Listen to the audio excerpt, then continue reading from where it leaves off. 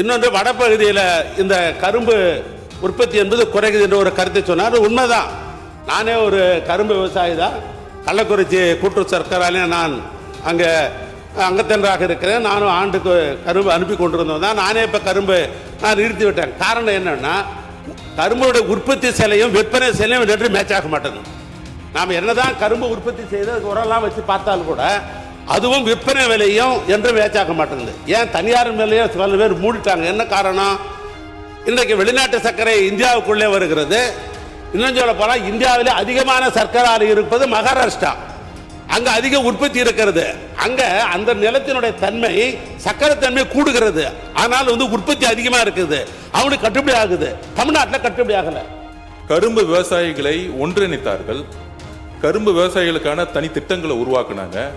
கரும்பு விவசாயிகளுக்கான ஒரு வாட்டர் மேனேஜ்மெண்ட் இரிகேஷன் ப்ராஜெக்டை உருவாக்குனாங்க. கூட்டுறவு சங்கத்தை உருவாக்குனாங்க.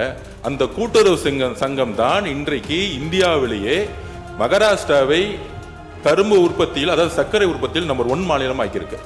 இந்த மாதிரி திட்டங்கள் கடந்த 5 வருடங்களில் உருவாக்கப்படாதனால தான் கரும்போடைய விளைச்சல் கிட்டத்தட்ட 100% இருந்து 30% இருக்கு. அதுக்கு தான் இன்னைக்கு 4000 ரூபாய் முதல் முறையாக எங்களுடைய முதலமைச்சர் இந்த ஸ்கீமை அனௌன்ஸ் பண்ணியிருக்கிறார். கரும்பு விவசாயிகளுக்காக தான் அனௌன்ஸ் பண்ணியிருக்காரு.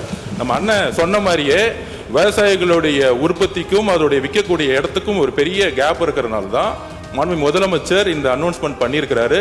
எப்படி மகாராஷ்டிரா சுகர்ல நம்பர் 1 இருக்கோ, கூடிய விரைவில் எங்களுடைய முதலமைச்சருடைய திட்டங்கள் மூலம் மகாராஷ்டிராவுக்கு ஈக்குவலா தமிழ்நாடு கரும்பு உற்பத்தியில் வருங்கிறத நாங்கள் பதிவு பண்றோம். நான் உறுப்பினர் பிரகாசம் அவர்கள்.